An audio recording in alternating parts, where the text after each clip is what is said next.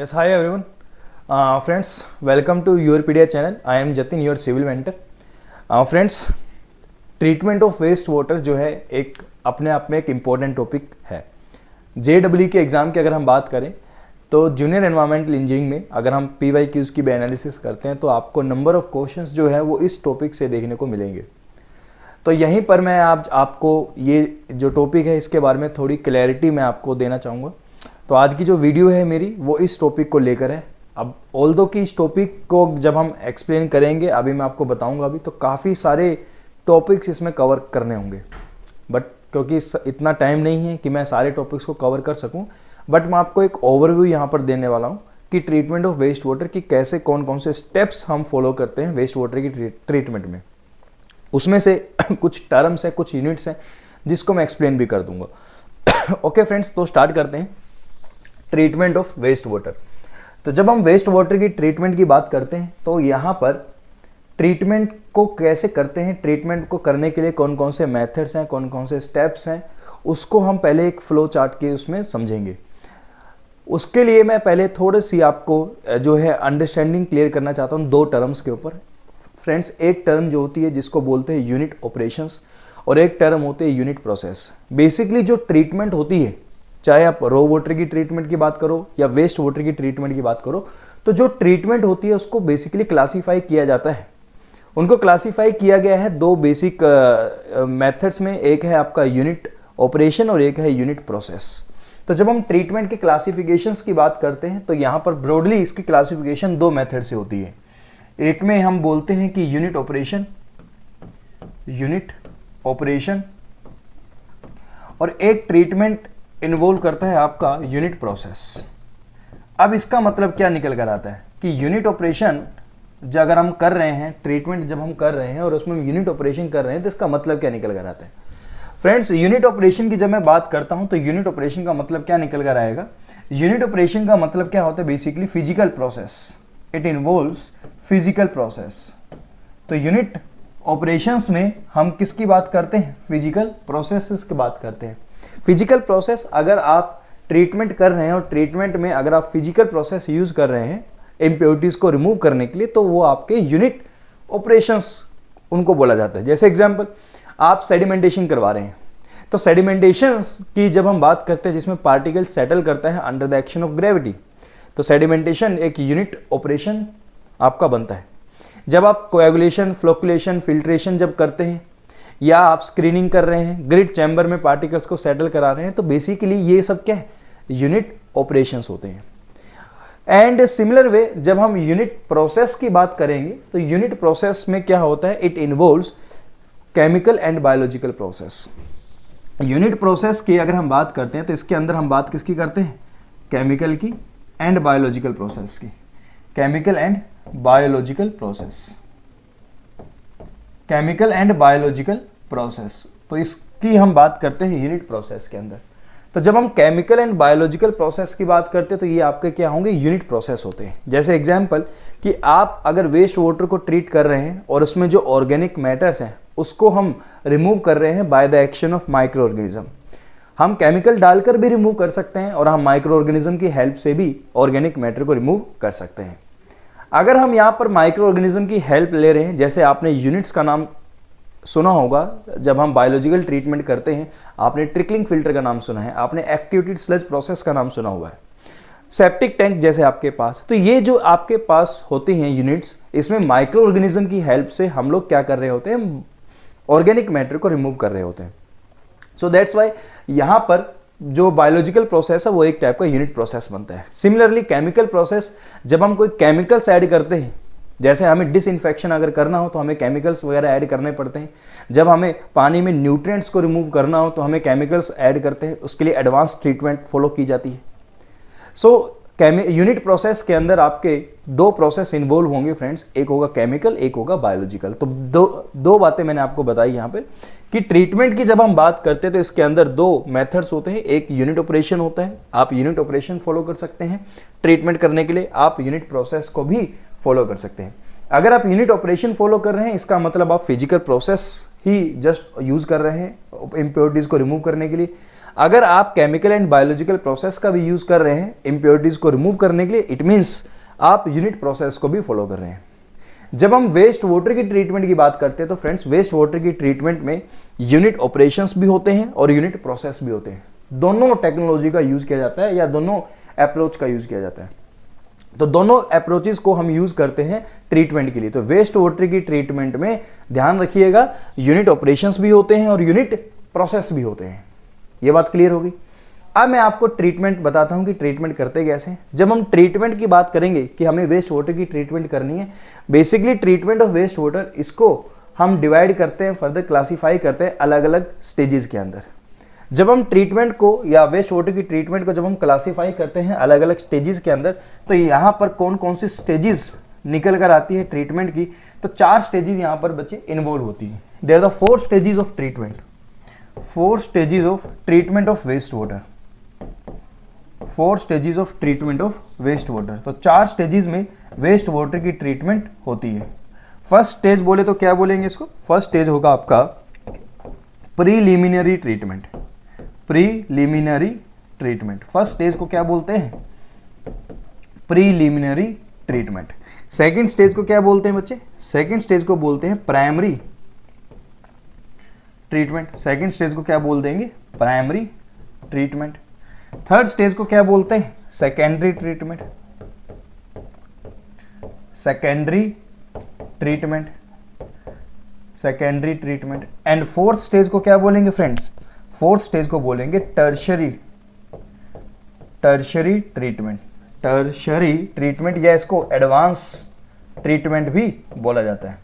Advance treatment, tertiary treatment बोल दो, या इसको आप बोल सकते हैं एडवांस ट्रीटमेंट। सेकेंडरी ट्रीटमेंट का दूसरा नाम जो होता है वो होता है बायोलॉजिकल ट्रीटमेंट। सेकेंडरी ट्रीटमेंट का दूसरा नाम जो होता है वो होता है बायोलॉजिकल ट्रीटमेंट। तो बेसिकली 4 स्टेजेस में ट्रीटमेंट को क्लासिफाई किया जाता है। तो 4 stages of treatment of waste water, preliminary treatment, primary treatment, secondary and tertiary.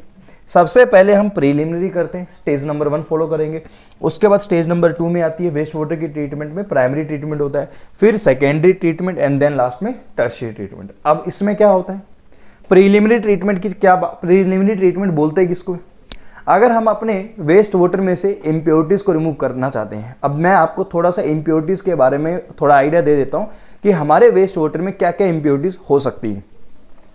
जब हम इम्प्योरिटीज की बात करते हैं, जब हम हमारे वेस्ट वाटर के अंदर इम्प्योरिटीज की बात करते हैं फ्रेंड, तो इम्प्योरिटीज में क्या क्या इम्प्योरिटीज देखने को मिल सकती है, किसको हम इम्प्योरिटीज बोल रहे हैं।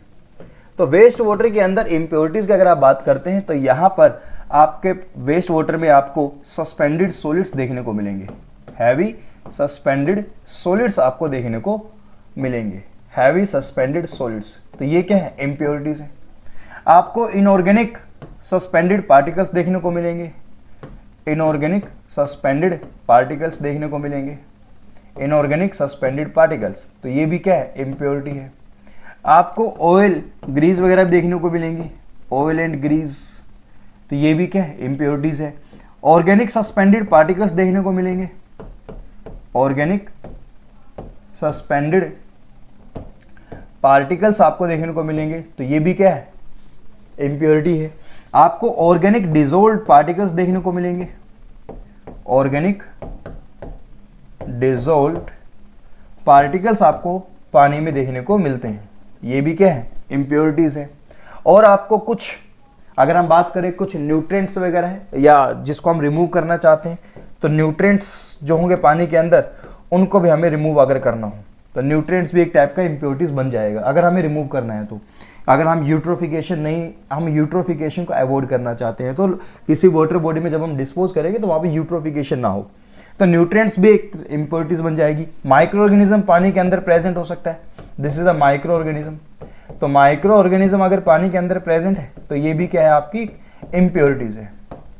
तो बेसिकली इन सारी इम्प्योरिटीज को हमें रिमूव करना है और इसके लिए हमारे पास 4 स्टेजेस में ट्रीटमेंट की जाती है, preliminary, primary, secondary and tertiary treatment. Preliminary treatment की जब बात होती है तो यहाँ पर heavy suspended solids, inorganic suspended particle, oil and grease particle, यहाँ पर ये जो पार्टिकल्स हैं फर्स्ट से लेकर थर्ड तक, heavy suspended, inorganic suspended particle and oil and grease, इसको रिमूव किया जाता है इस ट्रीटमेंट को बोलते हैं प्रीलिमिनरी ट्रीटमेंट। तो प्रीलिमिनरी ट्रीटमेंट के अंदर आप इन चीज़ों को क्या करते हैं, रिमूव करते हैं।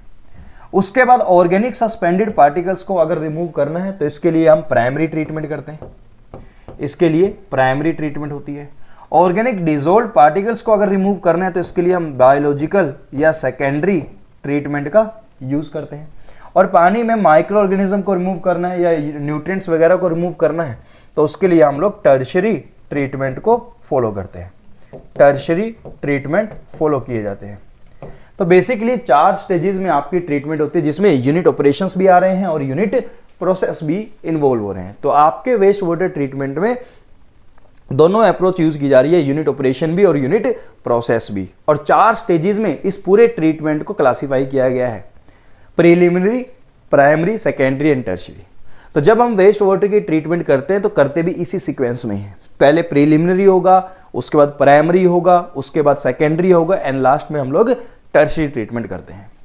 अब मैं यहाँ पर पूरे ट्रीटमेंट प्लांट को अगर मैं यहाँ पर एक फ्लो चार्ट की फॉर्म में बनाना चाहूँ तो मैं आपको फ्लो चार्ट की फॉर्म में बना के दिखाता हूँ कि ट्रीटमेंट प्लांट में जब ट्रीटमेंट होती है, ट्रीटमेंट प्लांट में, तो एक फ्लो चार्ट की फॉर्म में मैं आपको बताता हूँ कि किस तरीके से स्टेजेस को हम और कौन कौन से यूनिट्स हैं जिसको हेल्प से इन इम्प्योरिटीज को रिमूव किया जाता है।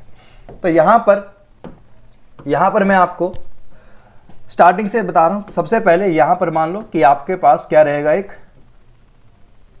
स्क्रीनिंग। सबसे पहले आपकी स्क्रीनिंग की जाती है वेस्ट वाटर की, सबसे पहले क्या होगी, स्क्रीनिंग होगी। स्क्रीनिंग का मतलब क्या होता है, स्क्रीनिंग का मतलब है पानी में से हैवी सस्पेंडेड पार्टिकल्स को रिमूव करना। तो हमारे पानी के अंदर जितने भी हैवी सस्पेंडेड पार्टिकल्स होंगे, हैवी सस्पेंडेड सॉलिड्स को अगर हमें रिमूव करना है तो उसके लिए हम क्या करेंगे, स्क्रीनिंग करेंगे। तो पहले हम वेस्ट वाटर को लेकर आते हैं स्क्रीनिंग के लिए। तो स्क्रीनिंग किसकी हेल्प से करते हैं, स्क्रीन्स की हेल्प से करते हैं, जिसमें हमारे पास कोर्स स्क्रीन होती है, मीडियम स्क्रीन होती है, फाइन स्क्रीन होती है। इसको फर्दर क्लासीफाई किया जाता है स्पेसिस के बेसिस पर कि बार्स के बीच में कितनी स्पेसिंग आपने प्रोवाइड की हुई है, जो मैं आपको बताऊंगा।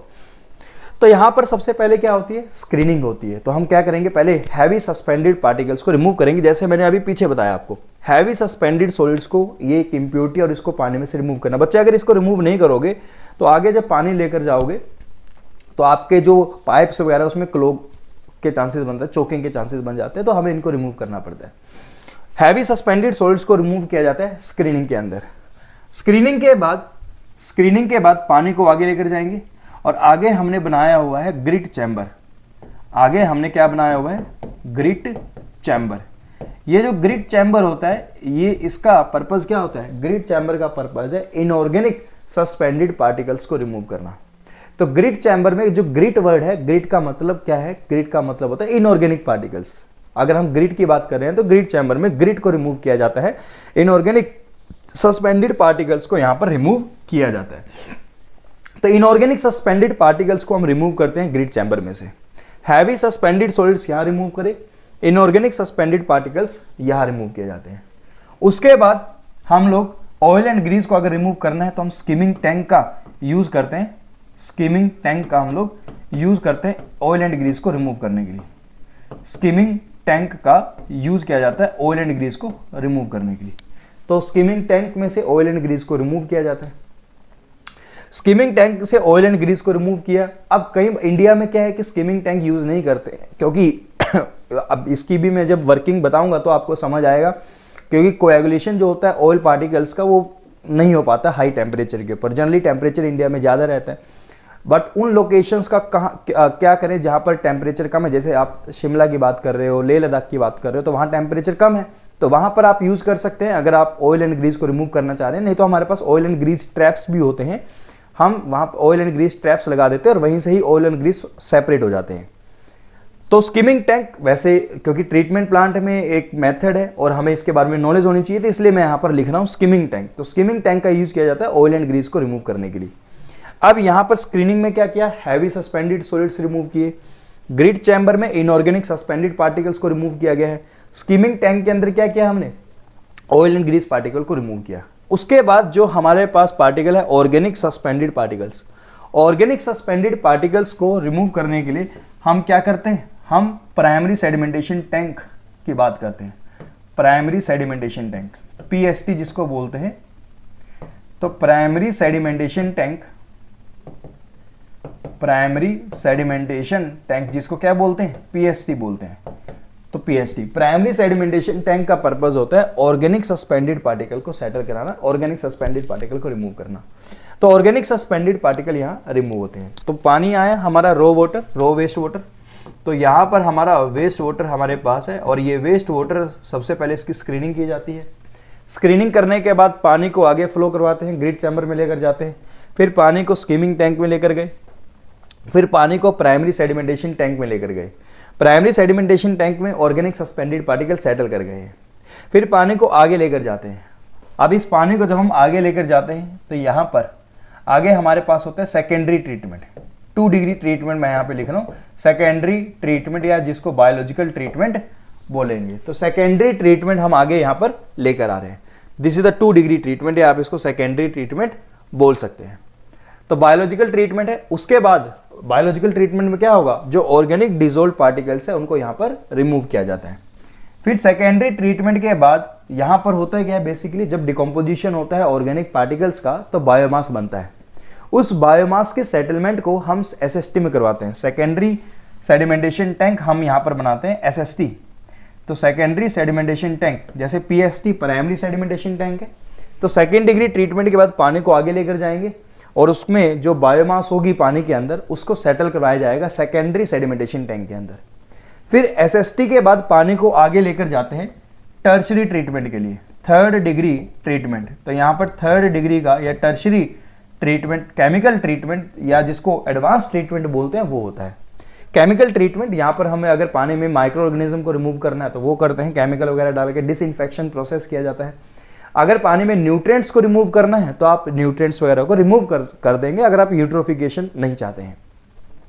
फिर फाइनली ये सब ट्रीटमेंट करने के बाद हम अपने वेस्ट वाटर को क्या कर देते हैं बच्चे, डिस्पोज कर देते हैं।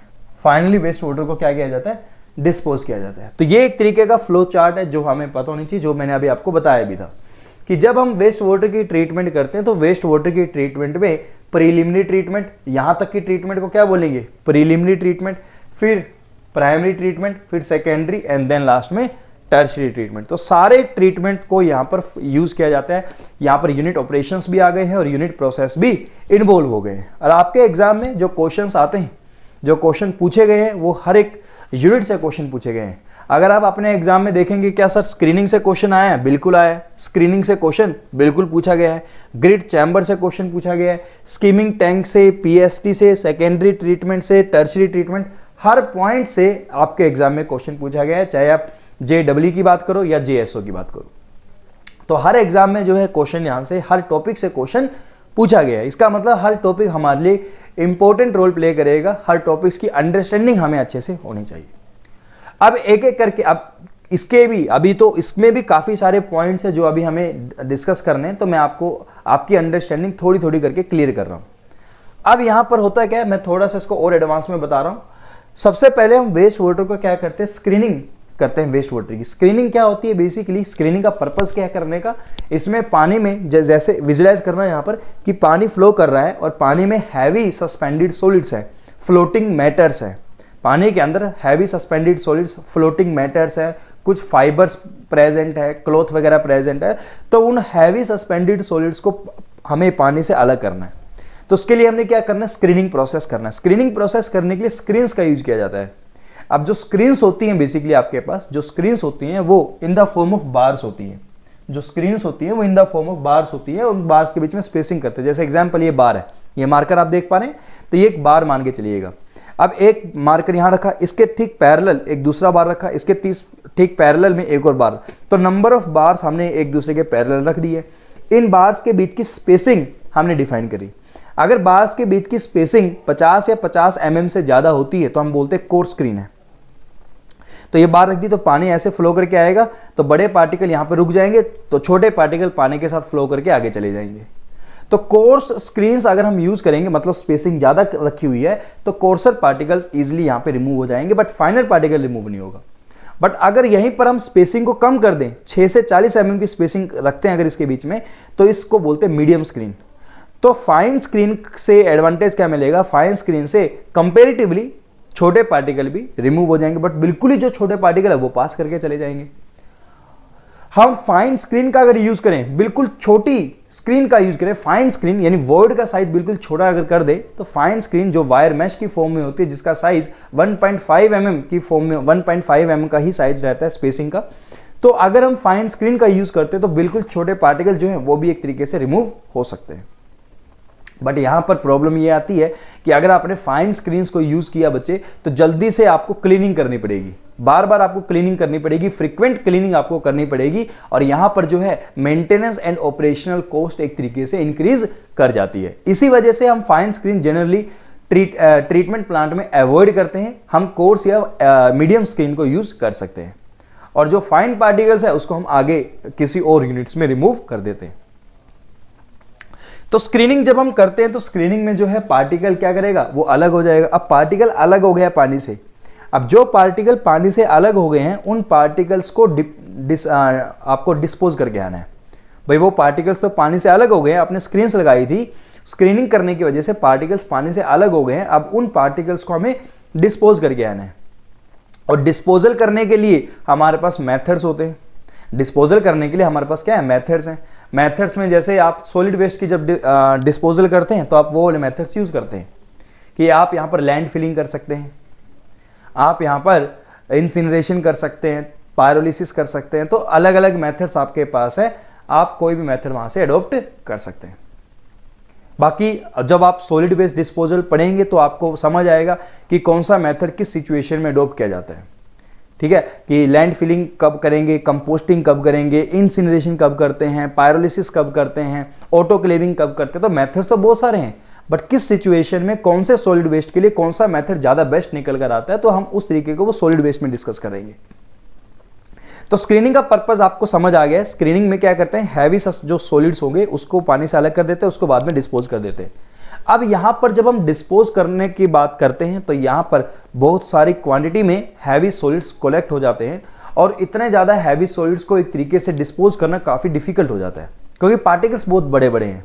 इसीलिए हम करते क्या है, उसको अगर हम हैंडल करना चाहें और वो इफेक्टिवली वो हैंडल हो जाए, हमारे काम को आसान कर दे, डिस्पोजल उसकी ईजी हो जाए, तो डिस्पोजल को आसान करने के लिए, उस सॉलिड वेस्ट को हैंडल करने के लिए हम लोग करते क्या है, हम लोग स्क्रीनिंग के साथ साथ कुछ डिवाइस को यूज करते हैं जिसको बोलते हैं मैकेरेटर्स, कम्युनिटर्स।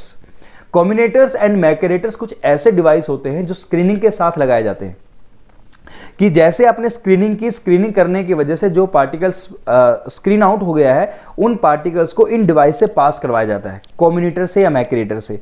और जब इन कम्युनिटर से वो आपका सॉलिड वेस्ट पास करवाएंगे तो वो क्या करेगा, कम्युनिटर्स इन बड़े पार्टिकल को छोटे पार्टिकल में ब्रेक कर देगा, तो छोटे पार्टिकल्स को आप इफेक्टिवली डिस्पोज कर सकते हो। अब स्क्रीनिंग हो गई है, स्क्रीनिंग के बाद जब पानी आपका आगे जाएगा ग्रिड चैम्बर में, और ग्रिड चैम्बर हमने डिजाइन किया होता है इनऑर्गेनिक सस्पेंडेड पार्टिकल्स के सेटलमेंट करवाने के लिए। इनऑर्गेनिक सस्पेंडेड पार्टिकल्स सेटल करवाते हैं हम ग्रिड चैम्बर के अंदर, और जब सेटलमेंट करवाते हैं तो सेटलमेंट के लिए जो पार्टिकल पानी के अंदर अगर सेटल कर रहा है तो under the action of gravity अगर वो सेटल कर रहा है, इस प्रोसेस को हम बोल देते हैं सेडिमेंटेशन। सेडिमेंटेशन एक प्रोसेस है जिसमें particles under the action of gravity settle करता है। तो यहां पर इनऑर्गेनिक सस्पेंडेड पार्टिकल जो है वो नीचे सेटल करेगा और ऑर्गेनिक पार्टिकल्स आगे चले जाएंगे। तो यहां पर जब पार्टिकल सेटल करेगा तो नीचे एक स्लज बनती है, ग्रिड चैम्बर में यहां पर क्या बनेगी, एक स्लज बनेगी। स्लज के अंदर क्या होगा, सॉलिड होगा और वाटर होगा। सॉलिड पार्टिकल जो सेटल हो गए, सॉलिड पार्टिकल जो सेटल हो गए तो स्लज बनेगी, स्लज के अंदर क्या होगा, सॉलिड प्लस वाटर होगा। तो ग्रिड चैम्बर के अंदर पार्टिकल सेटल करेंगे और यहां पर क्या बनेगी बच्चे, स्लज बनेगी। अब बोलो तो सर ये स्लज, अब जो ये वेस्ट वाटर फ्लो करके आया ग्रिड चैम्बर में, इसके अंदर भी सॉलिड और पानी है, और ये नीचे जो पार्टिकल सेटल कर रहे हैं, यहां पर जो आपने बोला कि स्लज बन गई है, इसके अंदर भी सॉलिड और पानी है। तो दोनों में डिफरेंस क्या हुआ, डिफरेंस ये हुआ कि अगर आप यहां से 1 लीटर वेस्ट वाटर कलेक्ट करते हैं और 1 लीटर स्लज कलेक्ट करते हैं, तो आपको दोनों देखने में तो पानी ही लगेगा, बट जब आप उसकी टेस्टिंग करोगे सॉलिड्स की, तो आपको ये देखने को मिलेगा कि 1 लीटर वेस्ट वाटर में सॉलिड्स की कॉन्सेंट्रेशन बहुत ही कम है, 1 लीटर स्लज में सॉलिड की कॉन्सेंट्रेशन बहुत ज्यादा है। तो स्लज बेसिकली हम बोल रहे हैं, स्लज जो सेडिमेंटेशन टैंक में पार्टिकल सेटल कर गए हैं और यहां पर बॉटम पे जो पार्टिकल सेटल कर गए हैं प्लस कुछ पानी भी होगा, इसको स्लज बोला गया है। इसके अंदर बेसिकली सॉलिड की कॉन्सेंट्रेशन आपको ज्यादा मिलती है। तो ग्रिड चैम्बर के अंदर आपको सॉलिड की स्लज बनेगी। स्लज का मतलब समझ आएगा, इसमें सॉलिड की कॉन्सेंट्रेशन वेस्ट वाटर के कंपैरेटिवली ज्यादा होगी। फिर इनऑर्गेनिक सस्पेंडेड पार्टिकल यहां सेटल करवाया। अब पानी को आगे लेकर गए, पानी को आगे लेकर गए स्किमिंग टैंक में। स्किमिंग टैंक का पर्पस क्या है? स्किमिंग टैंक में हम लोग ऑयल एंड ग्रीस को रिमूव कर देते हैं पानी में से। ऑयल एंड ग्रीस को जब हम रिमूव करते हैं तो क्यों, अगर हमने ऑयल एंड ग्रीस को रिमूव नहीं किया तो आगे हमें बायोलॉजिकल ट्रीटमेंट करना है। सेकेंडरी ट्रीटमेंट, बायोलॉजिकल ट्रीटमेंट हमें आगे करना है। और बायोलॉजिकल ट्रीटमेंट करने के लिए माइक्रो ऑर्गेनिज्म की हेल्प ले रहे हैं। और सेकेंडरी ट्रीटमेंट तो दूर की बात है, आप जब पीएसटी में आएंगे, यहां पर जब ऑर्गेनिक पार्टिकल सेटल करेगा तो इसको भी स्लज डाइजेस्टर में भेजते हैं, इसकी भी डिकम्पोजिशन बायोलॉजिकली करवाते हैं। अगर ऑयल एंड ग्रीस आपके ट्रीटमेंट प्लांट में एंटर कर गया, ऑयल एंड ग्रीस आने की वजह से माइक्रो ऑर्गेनिज्म ग्रो नहीं कर पाएगा, क्योंकि जो ये ऑयल एंड ग्रीस पार्टिकल्स होते हैं ये माइक्रो ऑर्गेनिज्म की ग्रोथ को प्रिवेंट करता है, उसकी ग्रोथ को इनहिबिट करता है। तो जब माइक्रो ऑर्गेनिज्म ग्रो नहीं कर पाएगा तो आपका डिकम्पोजिशन जो है ऑर्गेनिक मैटर का वो नहीं हो पाएगा। फिर आप बोलते हो कि सर केमिकल डालकर भी तो डिकम्पोजिशन करवा सकते थे। बिल्कुल कर सकते हैं, बट केमिकल डालने से कॉस्ट इंक्रीज कर जाएगी। हमें तो अल्टीमेटली डिस्पोज ही करना है वेस्ट वाटर को, और जब डिस्पोज करना तो पैसा ही क्यों लगाना है केमिकल वगैरह डाल के। डेली का काम है, डेली हमें ट्रीटमेंट करनी है, तो डेली अगर आप केमिकल ऐड करोगे तो पैसा बहुत ज्यादा लग जाएगा। इसलिए हम लोग क्या करते हैं, माइक्रो ऑर्गेनिज्म की हेल्प लेते हैं और माइक्रो ऑर्गेनिज्म अपने आप ही इसको डिकम्पोज कर देते हैं। तो माइक्रो ऑर्गेनिज्म हमें चाहिए सिस्टम के अंदर। तो अगर ऑयल एंड ग्रीस पार्टिकल हुआ तो वो माइक्रो ऑर्गेनिज्म को ग्रो नहीं होने देगा, इसलिए ऑयल एंड ग्रीस को रिमूव करना एसेंशियल हो जाता है। तो स्किमिंग टैंक में देखेंगे कि कैसे हम ऑयल एंड ग्रीस रिमूव करते हैं। यहां तक की ट्रीटमेंट हमने की। उसके बाद पानी को आगे लेकर जाते हैं पीएसटी के अंदर। प्राइमरी सेडिमेंटेशन टैंक का जो पर्पस होता है, प्राइमरी सेडिमेंटेशन टैंक का पर्पस होता है पानी में से ऑर्गेनिक सस्पेंडेड पार्टिकल्स को रिमूव करना। तो पानी के अंदर जितने भी ऑर्गेनिक सस्पेंडेड पार्टिकल्स प्रेजेंट है हम उनको रिमूव कर देते हैं पीएसटी के अंदर। अब ऑर्गेनिक सस्पेंडेड पार्टिकल्स पानी में सेटल हो गए, इस टैंक के अंदर सेटल हो गए, तो यहां पर क्या बनेगी? स्लज बनेगी। तो ऑर्गेनिक सस्पेंडेड पार्टिकल यहां पर सेटल हो रहे हैं और यहां भी क्या बनेगी? आपकी स्लज बनेगी। तो यहां जो स्लज बनेगी इसमें ऑर्गेनिक कंटेंट ज्यादा मिलेगा, यहां जो स्लज बनेगी इसमें इनऑर्गेनिक कंटेंट ज्यादा मिलेगा। तो ग्रिड चैम्बर के अंदर भी स्लज मिल रही है, पीएसटी के अंदर भी स्लज बन रही है। अब होता क्या है कि जो ग्रिड चैम्बर के अंदर स्लज है, क्योंकि इसमें इनऑर्गेनिक पार्टिकल्स ज्यादा है, ऑर्गेनिक पार्टिकल्स बहुत ही कम मिलेगा, तो आप इस स्लज से आपको कोई दिक्कत नहीं है। आप इस स्लज को डायरेक्टली डिस्पोज कर देंगे। किसी भी वाटर बॉडी में अगर आपको डिस्पोज करना है या किसी लैंड सरफेस पे डिस्पोज करना है तो आप वेरी इजीली इसको डिस्पोज कर सकते हैं बिना किसी प्रॉब्लम के। कोई प्रॉब्लम देखने को नहीं मिलती है। बट अगर आपने पीएसटी की स्लज को, जो यहां ऑर्गेनिक जो ये स्लज बनेगी यहां पर, इसको भी अगर आपने डायरेक्टली डिस्पोज कर दिया कहीं पर भी, चाहे आप वाटर बॉडी की बात करो या आप किसी लैंड सरफेस की बात करो, तो यहां पर प्रॉब्लम्स क्रिएट हो जाती है। अब ऑर्गेनिक स्लज में ये जो स्लज बनी जिसके ऑर्गेनिक कंटेंट ज्यादा है, इसको ऑर्गेनिक स्लज बोलते हैं। ऑर्गेनिक स्लज में प्रॉब्लम क्या है कि ऑर्गेनिक स्लज को हम डायरेक्टली डिस्पोज नहीं कर पा रहे हैं और इनऑर्गेनिक स्लज को हम इजीली डिस्पोज कर पा रहे हैं, डायरेक्टली डिस्पोज कर सकते हैं, बट ऑर्गेनिक स्लज को डायरेक्टली डिस्पोज नहीं कर पाते। तो रीजन ये है कि अगर हमने ऑर्गेनिक स्लज को किसी वाटर बॉडी में डिस्पोज कर दिया तो उस वाटर बॉडी में ऑर्गेनिक कंटेंट एंटर कर जाएगा, और ऑर्गेनिक कंटेंट जब एंटर कर गया तो उसमें जो बायोडिग्रेडेबल ऑर्गेनिक मैटर होगा तो माइक्रो ऑर्गेनिज्म उसको डिकम्पोज करने के लिए ऑक्सीजन को कंज्यूम कर देगा वाटर बॉडी की। तो वाटर बॉडी में जो ऑक्सीजन लेवल है वो कम हो जाएगा आपका, क्योंकि माइक्रो ऑर्गेनिज्म उस ऑक्सीजन को यूज करेगा ऑर्गेनिक मैटर के डिकम्पोजिशन के लिए। और जब माइक्रो ऑर्गेनिज्म उस ऑक्सीजन को यूज करेगा, उस ऑक्सीजन को कंज्यूम कर देगा वाटर बॉडी में से और ऑर्गेनिक मैटर डिकम्पोज करेगा, तो वाटर बॉडी के अंदर जो डीओ का लेवल है, जो ऑक्सीजन का लेवल है, वो कम हो जाएगा।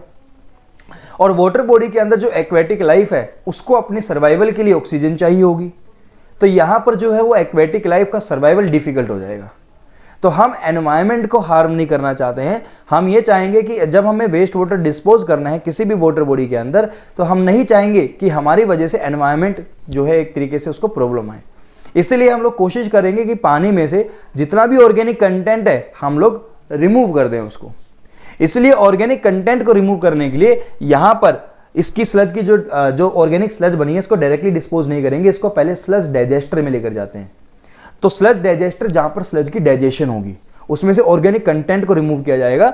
तो पीएसटी की जो स्लज बनती है, पीएसटी की स्लज को हम स्लज डाइजेस्टर में लेकर जाते हैं, स्लज को स्लज डाइजेस्टर में लेकर जाते हैं। पीएसटी में जो पानी आया है उस पानी को आगे लेकर जा रहे हैं। अब पीएसटी में हमने ऑर्गेनिक सस्पेंडेड पार्टिकल्स को सेटल करवा दिया, ऑर्गेनिक सस्पेंडेड पार्टिकल सेटल हुआ और इसको हमने स्लज डाइजेस्टर में एंटर करवा दिया। तो स्लज डाइजेस्टर में स्लज की डाइजेशन करवाई जाती है। फिर पीएसटी में जो पानी आया, फिर आगे पानी को लेकर के second degree treatment, secondary treatment या इसको बायोलॉजिकल ट्रीटमेंट बोलते हैं। तो बायोलॉजिकल ट्रीटमेंट करवाने के लिए बायोलॉजिकल ट्रीटमेंट में क्या होता है, क्या है कि यहां पर जो पानी के अंदर डिसॉल्व्ड ऑर्गेनिक पार्टिकल्स हैं, उन डिसॉल्व्ड ऑर्गेनिक मैटर्स को रिमूव किया जाता है by the help of micro organism. कि पानी के अंदर माइक्रो ऑर्गेनिज्म की हेल्प से हम लोग ऑर्गेनिक पार्टिकल्स को रिमूव करवाएंगे, जो डिसॉल्व्ड ऑर्गेनिक पार्टिकल्स हैं। सस्पेंडेड पार्टिकल्स को तो स्लज डाइजेस्टर में रिमूव किया जा रहा है, जो डिसॉल्व्ड पार्टिकल है उनको माइक्रो ऑर्गेनिज्म की हेल्प से वहां रिमूव करवाया जाता है। और स्लज डाइजेस्टर में भी माइक्रो ऑर्गेनिज्म की हेल्प से ही रिमूव होता है वहां पर भी। और यहां पर जो सेकेंड डिग्री ट्रीटमेंट होता है, बायोलॉजिकल ट्रीटमेंट, यहां पर हम डिसॉल्व्ड पार्टिकल्स को रिमूव करवाते हैं। जो पानी के अंदर डिसॉल्व्ड सॉलिड्स प्रेजेंट है, ऑर्गेनिक जो डिसॉल्व्ड सॉलिड्स है, उनको रिमूव किया जाता है। माइक्रो ऑर्गेनिज्म क्या करेंगे, उनको डिकम्पोज करेंगे। अब यहां पर भी अलग अलग मैकेनिज्म निकल कर आती है कि यहां पर जब आप माइक्रो ऑर्गेनिज्म की हेल्प से ऑर्गेनिक मैटर को रिमूव करवाना चाहते हैं तो दो मैकेनिज्म सामने आती है। एक होता है आपका अटैच ग्रोथ सिस्टम, एक होता है आपका suspended growth system. Attach growth system में हम कुछ मीडिया पार्टिकल्स प्रोवाइड करवा देते हैं कि जब माइक्रो ऑर्गेनिज्म या जो बायोमास बनेगी वो उसके ऊपर अटैच होगा, और जब पानी को पास करवाएंगे, पानी में जो ऑर्गेनिक पार्टिकल है, तो माइक्रो ऑर्गेनिज्म उस ऑर्गेनिक पार्टिकल्स को रिमूव कर देगा और बायोमास बनाएगा। सस्पेंडेड ग्रोथ सिस्टम में बायोमास को और माइक्रो और अपने ऑर्गेनिक मैटर को दोनों को हम सस्पेंशन में रखते हैं। तो यहां पर माइक्रो ऑर्गेनिज्म उस ऑर्गेनिक मैटर को फिर खत्म करता है, बायोमास बनाएगा। तो दोनों ही मैकेनिज्म में बेसिकली बायोमास बनता है। ऑर्गेनिक मैटर डिकम्पोज होता है by the action of micro organism और एंड प्रोडक्ट बायोमास बनता है। ये जो बायोमास बना, ये सॉलिड नेचर का होता है। इस बायोमास को हम फर्दर सेटल करवाते हैं सेकेंडरी सेडिमेंटेशन टैंक में। यहां पर भी सेकेंडरी सेडिमेंटेशन टैंक के अंदर क्या बनेगा, स्लज बनेगा। क्योंकि यहां पर स्लज जो बना, उसके अंदर आपको जो सॉलिड मिलेगा वो होगा बेसिकली बायोमास। इसको बोलते हैं बायोलॉजिकल स्लज। इसको क्या बोलेंगे, बायोलॉजिकल स्लज। फिर पानी को आगे लेकर जाते हैं केमिकल ट्रीटमेंट के लिए, टर्शियरी ट्रीटमेंट के लिए, और लास्ट में हम लोग क्या कर देंगे, डिस्पोज कर देंगे। ये पूरी कहानी है जो मैंने आपको बताई, और इसी सीक्वेंस में हमें चीजों को स्टडी करना है। आई होप आपको ये स्टेप समझ आ गए होंगे कि पूरी ट्रीटमेंट को हम किस तरीके से, वेस्ट वाटर की ट्रीटमेंट की जब हम बात करेंगे तो किस तरीके से इनको स्टडी किया जाएगा। Now first point, first topic जो हमारे पास है वो है आपका क्या, स्क्रीनिंग। फर्स्ट पॉइंट हमारे पास क्या है, स्क्रीनिंग। तो सबसे पहले मैं यहां पर आपको बताता हूं स्क्रीनिंग के बारे में। मैंने अभी बताया कि स्क्रीनिंग किस पर्पज के लिए की जाती है। तो पर्पज ऑफ स्क्रीनिंग क्या है, पानी में से हैवी सस्पेंडेड सॉलिड्स को रिमूव करना। The purpose of screening is to remove the heavy suspended solids from the water. तो पानी में जितना भी सस्पेंडेड सॉलिड्स प्रेजेंट है, हैवी सस्पेंडेड सॉलिड्स की हम बात कर रहे हैं बेसिकली, तो हैवी सस्पेंडेड सॉलिड्स को रिमूव करने के लिए हम लोग क्या करेंगे, स्क्रीनिंग करते हैं। तो इसके लिए हम क्या करते हैं कि वेस्ट वाटर को स्क्रीन से पास करवाते हैं।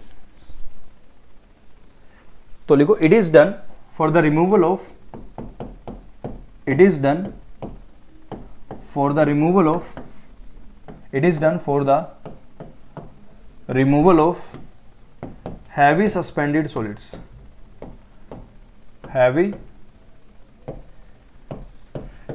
suspended solids from wastewater, from wastewater. It is done for the removal of heavy suspended solids from the wastewater. It is done for the removal of heavy suspended solids from the wastewater. wastewater wastewater में से heavy suspended solids को अगर हमें remove करना है तो उसके लिए क्या करेंगे, स्क्रीनिंग करते हैं। इसमें हम क्या करते हैं, इसमें वेस्ट वाटर को पास कराते हैं, सीवेज को पास कराते हैं through different type of screens. ठीक है। अच्छा, हैवी सस्पेंडेड सॉलिड्स के example such as floating matter, such as floating matter. कोई इसके अंदर फ्लोटिंग मैटर होगा, या इसके अंदर क्या होगा, कोई क्लॉथ वगैरह प्रेजेंट होगा, पीसीज ऑफ क्लॉथ जिसको बोलते हैं, वुड होंगे इसके अंदर, तो पेपर्स होगा, पीसीज ऑफ क्लॉथ होगा, PCs of cloth, would, paper, etcetera etcetera. तो ये सब चीजें जो इसके अंदर होंगी, ह्यूमन एक्सक्रीटा, फीकल सॉलिड्स भी इसके अंदर होंगे, तो उन सब को रिमूव किया जाता है स्क्रीनिंग प्रोसेस से। Screening is done with the help of unit, screening is done with the help of unit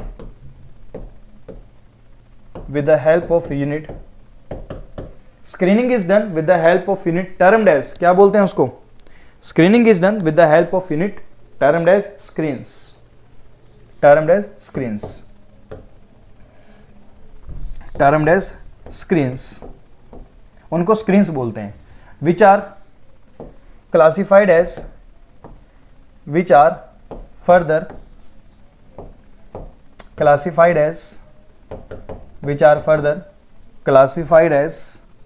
first point coarse screen, second point medium screen,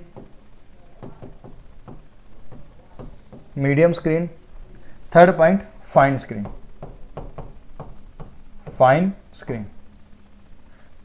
तो coarse screen, medium screen and fine screen. तो it is done with the help of unit termed as screens which are further classified as coarse screen, fine screen and medium screen. तो course screen क्या होती है, medium screen क्या होती है, fine screen क्या होती है. तो उससे पहले स्क्रीन्स के बारे में थोड़ा सा मैं बता देता हूं कि स्क्रीन्स बेसिकली, या कोर्स स्क्रीन के बारे में ही आपको बता देता हूं, यहीं से आपको समझ आ जाएगा. कोर्स स्क्रीन की जब हम बात करते हैं, जब हम कोर्स स्क्रीन की बात करते हैं तो बेसिकली कोर्स स्क्रीन को क्या बोलते हैं, कोर्स स्क्रीन कैसी होती है. ये जो स्क्रीन्स होती है कोर्स स्क्रीन, ये इन द फॉर्म ऑफ बार्स होती है. हम इन the form of bars in screens को प्लेस कर रखते हैं, इन स्क्रीन्स को इंस्टॉल करके रखते हैं इन द फॉर्म ऑफ बार्स. इनको रैक्स भी बोला जाता है. क्रॉस जो कोर्स स्क्रीन्स होती हैं इनको हम रैक्स भी बोलते हैं, RACKS, इनको रैक्स भी बोला जाता है. रैक्स बेसिकली क्यों बोलते हैं, क्योंकि यहाँ पर जैसे आप स्क्रीनिंग की बात करते हैं तो जैसे मान लो कि आपके पास ये पानी, इसको समझना थोड़ा सा ऐसे कि पानी ऐसे फ्लो कर रहा है और हमने स्क्रीन्स लगाई हुई हैं, एक बार यहाँ लगाई, फिर इसके पैरेलल, फिर इसके पैरेलल, तो नंबर ऑफ बार्स ऐसे लगाई गई हैं. तो यहाँ पर इसको मैं आपको इधर से ये वाला क्रॉस सेक्शन व्यू अगर दिखाऊं तो एक बार आपने ये लगाई, फिर दूसरी बार लगाई, फिर तीसरी बार, फोर्थ, फिफ्थ एंड सो, ये नंबर ऑफ बार्स आपने यहाँ पर लगाई हुई हैं. इन बार का कुछ ना कुछ साइज भी होगा और इन बार के बीच में स्पेसिंग भी होगी. इनर वाली जो स्पेसिंग होती है, उसको बोलते हैं clear spacing. This is known as the clear spacing. और सेंटर टू सेंटर जो स्पेसिंग होगी उसको हम डिनोट कर देंगे SC/C, centre to centre spacing. Centre to centre spacing वो हो जाएगा SC/C. ये बार्स की फॉर्म में होती है. तो जैसे ये बार है, आपको बताया मैंने, ये एक पेन आपके सामने ठीक इधर रखा, फिर इधर पेन रखा है इधर, तो नंबर ऑफ बार्स को ऐसे प्लेस किया. ये जितनी भी स्क्रीन्स होती हैं हम कभी भी इसको वर्टिकल नहीं रखते हैं, इसको वर्टिकल कभी भी नहीं रखा जाता. जैसे मान लो अब पानी ऐसे फ्लो कर रहा है और स्क्रीन्स ऐसे रखी गई हैं, तो ये स्क्रीन है, आपने वर्टिकल स्क्रीन रखी और यहां पर ये पानी ऐसे फ्लो करके आ रहा था, और यहां पर पानी ने इस पॉइंट के ऊपर अपना इंपैक्ट दिखाया. तो मतलब जो वाटर फ्लो करके आ रहा था, पानी जो है इस पॉइंट से टकरा रहा है. तो यहां पर हम ये बोल सकते हैं कि यहां पर स्क्रीन की ये जो हाइट होगी, तो यहां पर अगर हम यहां पे देखें तो मान लो ये वाला पॉइंट है, दिस वन, ये सारे के सारे पॉइंट्स है, यहां तक ही पानी फ्लो करके आया है. तो ये जितने भी पॉइंट्स है यहां तक ही पानी फ्लो करके आया है बच्चे. तो पानी क्या करेगा, पानी के अंदर जो पार्टिकल्स है वो रिमूव करना शुरू कर देंगे और पानी इन वॉइड्स में से पास होना शुरू कर देगा. पानी इस जो स्पेसिंग इनको मिली हुई है यहां से पानी पास करेगा और जो बड़े पार्टिकल है वो यहां पे रुकना शुरू हो जाएंगे और पार्टिकल्स रिमूव हो जाएंगे यहां से. बट इन स्क्रीन को कभी भी हम वर्टिकल नहीं रखते हैं, हम इन स्क्रीन को हमेशा इंक्लिनेशन पे रखते हैं. तो इन स्क्रीन को हमेशा इंक्लिनेशन पे रखा जाता है. तो अगर हम इंक्लिनेशन यहां पर बनाएं, इसी स्क्रीन का अगर इंक्लिनेशन बनाऊं तो इस स्क्रीन को हम इंक्लाइन करके रखते हैं. तो सेम यही स्क्रीन है, बस इस स्क्रीन को हमने क्या कर दिया, इंक्लाइन करके रख दिया, दिस वन. तो यही वर्टिकल स्क्रीन थी, बस इसको हमने क्या कर दिया, इंक्लाइन कर दिया at an angle of 45 degree. 45 degree के इंक्लिनेशन पे हमने स्क्रीन को रख दिया. इंक्लिनेशन पे रखने का फायदा क्या हुआ, इसको ऐसे समझना कि पहले पानी आ रहा था, पानी इस पॉइंट के ऊपर अपना इफेक्ट दिखा रहा था. अभी मैक्सिमम जो हाईएस्ट लेवल है पानी का वो यहाँ था, और जैसे हमने इंक्लाइन कर दिया तो पानी अब ऊपर तक जाएगा. तो यानी इस स्क्रीन का ज्यादा एरिया कवर करेगा. पहले स्क्रीन का एरिया कम कवर हो रहा था, दिस मल्टीप्लाई जो भी विड्थ होगी तो दिस मल्टीप्लाई जो विड्थ तो सेम है. अगर हमने इंक्लाइन कर दिया तो अब ये स्क्रीन का ज्यादा एरिया कवर करेगा. तो अब जब पानी फ्लो करेगा, पहले पानी ऐसे फ्लो करके जा रहा था सीधा, अब पानी स्क्रीन से ऐसे फ्लो करके आएगा, अब पानी स्क्रीन में से ऐसे फ्लो करके जाएगा. तो यहां पर स्क्रीन का ज्यादा एरिया कवर हो रहा है. तो हमेशा स्क्रीन्स को इंक्लिनेशन पे रखा जाता है। इंक्लिनेशन पे रखने का फायदा ये निकल कर आता है कि एरिया ऑफ फ्लो इंक्रीज कर जाता है, कि सेम स्क्रीन है, मटेरियल सेम है, डायमेंशन सेम है, बस हमने बस इंजीनियरिंग लगाई, अपने दिमाग लगाया और हमने इसको इंक्लाइन कर दिया ताकि ज्यादा एरिया में से पानी फ्लो हो जाए। और जब ज्यादा एरिया में से पानी फ्लो होगा तो ज्यादा पार्टिकल रुकेंगे, जब कम एरिया में से पानी फ्लो होगा तो कम पार्टिकल रुकेंगे, और जब ज्यादा एरिया में से पानी फ्लो होगा तो ज्यादा पार्टिकल्स रुकेंगे। एक तरीके से एफिशिएंसी ज्यादा निकल कर आती है। तो हमेशा जब हम स्क्रीन्स की बात करते हैं तो फ्रेंड्स एक चीज ध्यान रखना, स्क्रीन्स को हमेशा इंक्लिनेशन पे रखा जाता है। 45 डिग्री का इंक्लिनेशन हम जनरल लिखते हैं, 30 से 45 के बीच में हम जनरल इंक्लिनेशन को कंसीडर करके चलते हैं। तो 45 डिग्री के इंक्लिनेशन पे हम हमेशा अपनी स्क्रीन्स को इंस्टॉल करके रखते हैं, ताकि इसकी वजह से एरिया ऑफ फ्लो क्या कर जाता है, इंक्रीज कर जाता है। तो यहां पर ज्यादा पार्टिकल्स रुकेंगे तो एफिशिएंसी इंक्रीज कर जाएगी। एक और एडवांटेज निकल कर आता है, एक और एडवांटेज क्या निकल कर आता है इंक्लाइन करने का मतलब, तो यहां पर जो पार्टिकल्स रिमूव होंगे, यहां पर जो पार्टिकल्स रिमूव होंगे इन स्क्रीन्स के ऊपर, जैसे पार्टिकल रुक गए हैं इन स्क्रीन्स के ऊपर, बड़े बड़े पार्टिकल जो इन वॉइड्स से पास नहीं हो पा रहे थे, इन पार्टिकल, ये पार्टिकल रुक गए हैं। हमारे पास क्या होता है, ट्रैश रैक होता है, दिस वन, इस टाइप का ये ट्रैश रैक होता है, इस rack, trash rack, impurities removal. तो इंप्योरिटी को रिमूव करने के लिए हम यहां से जब इंक्लाइन करके स्क्रीन रखा हो और यहां जो पार्टिकल रखे हुए हैं, वेरी इजिली इसको क्या कर सकते हैं, रिमूव कर सकते हैं। तो क्लीनिंग भी इफेक्टिवली निकल कर आती है। तो एक बात हमेशा ध्यान रखना, कोर्स स्क्रीन की जब हम बात करते हैं या मीडियम स्क्रीन की बात करते हैं, हमेशा स्क्रीन्स को इंक्लिनेशन पे रखा जाता है। तो मैं पहले ये पॉइंट लिख देता हूं, screens are always placed, screens are always placed at an inclination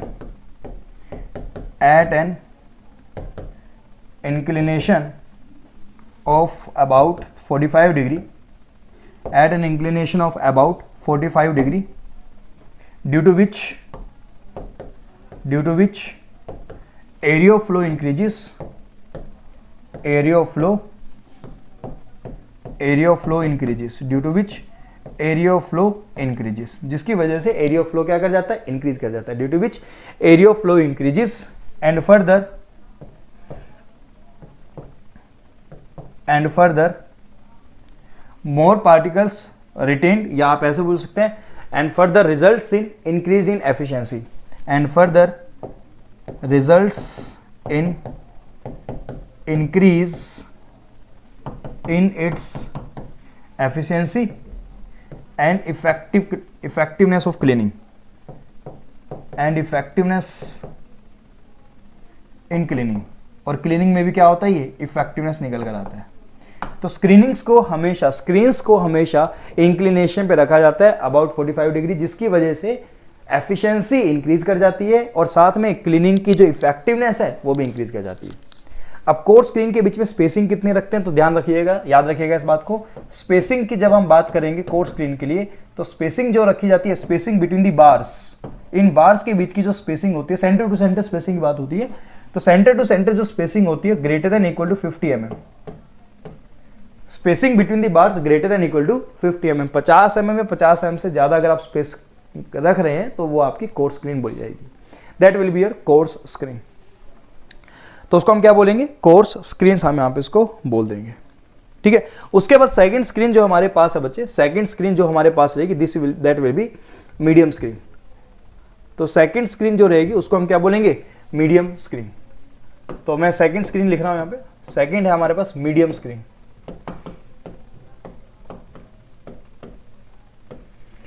medium screen, यहां पर जो स्पेसिंग होगी अगेन इंक्लिनेशन में रखेंगे, सेम पॉइंट रहेंगे, बस स्पेसिंग बता देता हूं। यहां पर स्पेसिंग बिटवीन दी बार,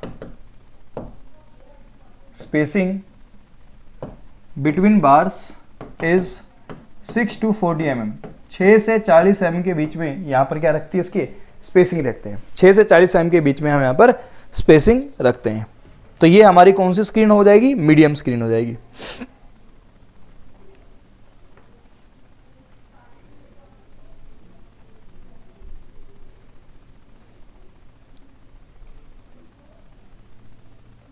ठीक है। अब एक इंपॉर्टेंट पॉइंट मैं यहां पर लिखूंगा, तो ध्यान देना। पहले देखो, जब इन स्क्रीन्स पर पार्टिकल रुकना शुरू हो जाएंगे, जब यहां पर इन वॉइड्स में, जैसे यहां पर एक पार्टिकल रुका, यहां पर एक पार्टिकल रुकेगी, तो जब यहां पर पार्टिकल रुकना शुरू हो जाएंगे, जब इन जगह पे पार्टिकल रुकना शुरू हो जाएंगे, तो क्या एरिया ऑफ फ्लो कम होता जाएगा? जैसे जैसे पार्टिकल्स रुकते जाएंगे क्या एरिया ऑफ फ्लो कम होता जाएगा? बिल्कुल सही है। और डिस्चार्ज कांस्टेंट है, सेम रेट से पानी फ्लो करके आ रहा है, डिस्चार्ज कांस्टेंट है और एरिया ऑफ फ्लो कम होता जा रहा है, मतलब वेलोसिटी इंक्रीज करनी शुरू कर देगी, वेलोसिटी ऑफ फ्लो इंक्रीज होना शुरू हो जाएगा। तो इन स्क्रीन से जब पानी फ्लो करके जाएगा तो वेलोसिटी क्या करती जाएगी? इंक्रीज करती जाएगी, क्योंकि यहां पर पार्टिकल सूखना शुरू हो गया है। अब उसी पानी को कम जगह मिल रही है जाने के लिए, तो डिस्चार्ज तो कांस्टेंट है, एरिया कम हो गया है तो वेलोसिटी ज्यादा हो जाएगी, क्योंकि डिस्चार्ज क्या होता है? Area multiply velocity. डिस्चार्ज होता है एरिया मल्टीप्लाई वेलोसिटी। अगर एरिया कम करोगे तो वेलोसिटी क्या हो जाएगी? ज्यादा हो जाएगी। तो वेलोसिटी ऑफ फ्लो इंक्रीज करना शुरू कर देगा। यहां पर जब हम स्क्रीन्स को डिजाइन करते हैं, जब हम स्क्रीन की डिजाइनिंग करते हैं तो डिजाइनिंग को लेकर एक पॉइंट है जो आपको समझ आना चाहिए। मैं एक पॉइंट है नोट करके यहां पर लिख देता हूं, एक important point.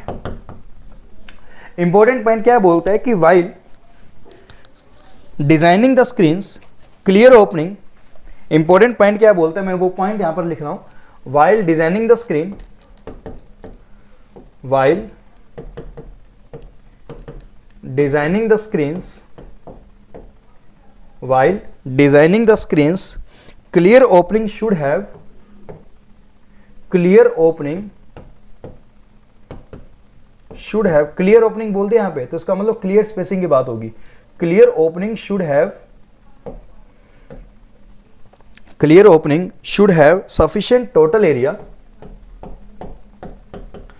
sufficient total area, sufficient total area so that the velocity,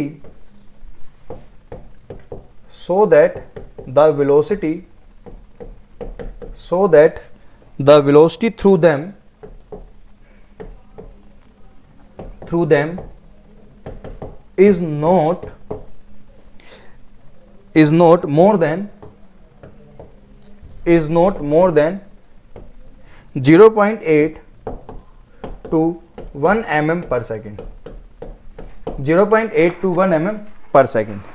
इस बात का मतलब क्या हुआ? इस बात का मतलब ये हुआ कि यहां पर जब आप स्क्रीन को डिजाइन करते हैं तो क्लियर ओपनिंग आपको इस तरीके से रखनी है, क्लियर ओपनिंग इतनी होनी चाहिए कि पार्टिकल्स डिपॉजिट भी अगर हो जाए, पार्टिकल्स अगर डिपॉजिट भी हो जाए, क्योंकि डिपॉजिट होंगे ऑब्वियसली बात है, पार्टिकल डिपॉजिट होंगे नो डाउट, पार्टिकल डिपॉजिट भी अगर हो जाए तब भी क्लियर ओपनिंग इतनी होनी चाहिए कि वेलोसिटी बढ़ जाएगी, और वेलोसिटी बढ़ते बढ़ते वेलोसिटी की वैल्यू इंक्रीज होते होते किससे ज्यादा नहीं होनी चाहिए? 0.8 टू 1 मीटर पर सेकेंड, 1 mm पर सेकेंड, सॉरी 0.8 टू 1 mm पर सेकेंड, इससे ज्यादा वेलोसिटी 1 mm नहीं आएगा, सॉरी 1 मीटर आएगा, 1 मीटर पर सेकेंड, वेलोसिटी इज 1 मीटर पर सेकेंड, वेलोसिटी 1 मीटर पर सेकेंड की वेलोसिटी जो है वो 1 मीटर पर सेकेंड से ज्यादा नहीं होनी चाहिए, 1 मीटर पर सेकेंड। तो 0.8 से लेकर 1 मीटर इसके बीच में वेलोसिटी होनी चाहिए, इससे ज्यादा वेलोसिटी नहीं होनी चाहिए। कि आपने स्क्रीन से लगाई, पानी फ्लो कर रहा है, स्क्रीन के थ्रू पानी ऐसे फ्लो करके जाएगा, पानी ऐसे आ रहा है और स्क्रीन से पानी ऐसे फ्लो करके जाएगा, तो पार्टिकल्स रुकना शुरू करेंगे, एरिया ऑफ फ्लो कम होता जाएगा, वेलोसिटी ऑफ फ्लो बढ़ना शुरू हो जाएगा। वेलोसिटी बढ़ते बढ़ते बढ़ते बढ़ते इससे ज्यादा नहीं होनी चाहिए। तो जब आप डिजाइनिंग करते हैं तो इस चीज का ध्यान रखते हैं कि मैक्सिमम जो वेलोसिटी ऑफ फ्लो हो सकता है, मैक्सिमम वेलोसिटी ऑफ फ्लो इतना हो सकता है, इससे ज्यादा वेलोसिटी ऑफ फ्लो अलाउड नहीं है। तो यहां पर ध्यान रखा जाता है इन चीजों का कि अगर आपकी स्क्रीन हाफ, अब ये जनरली ये वैल्यू हमें कब मिलती है? जब आपका पूरा जो स्क्रीन होता है उसका हाफ, उसका 50% अगर एरिया क्या हो जाए?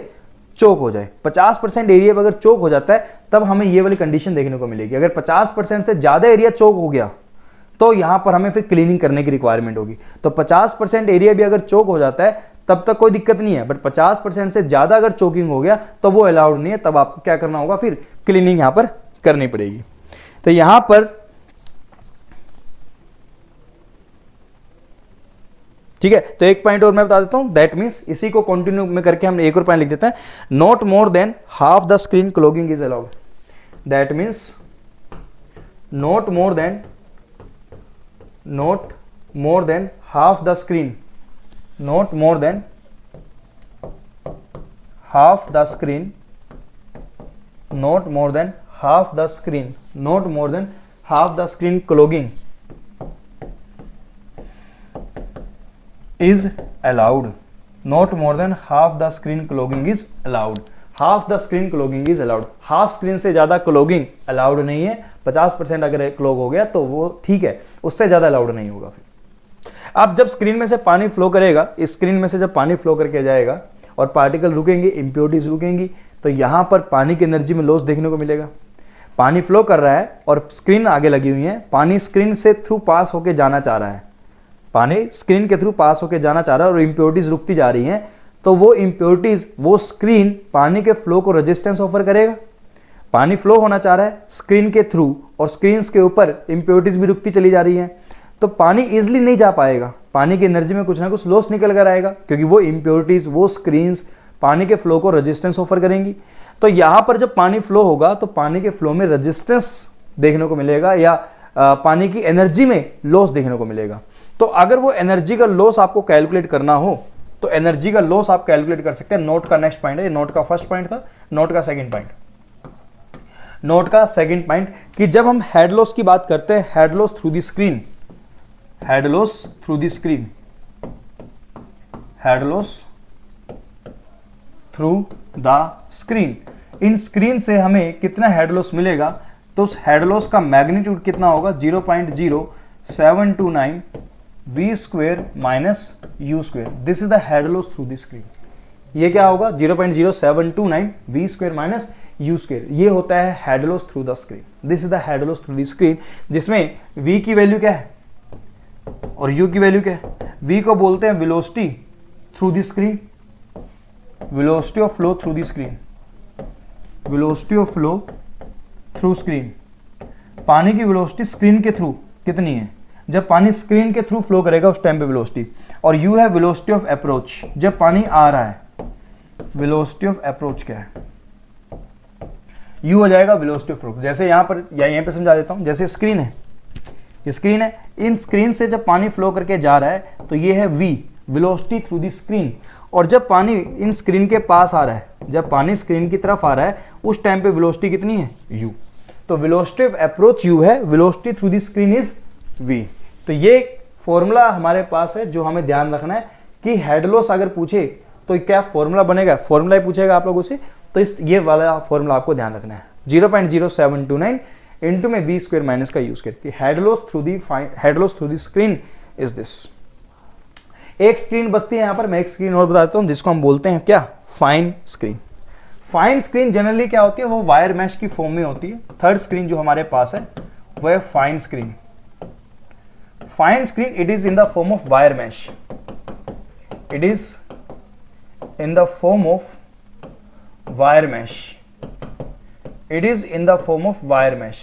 ये जाल, जैसे जाल होता है ना, it is in the form of wire mesh, ये वायर मैश की फॉर्म में होता है, and having perforations of, and having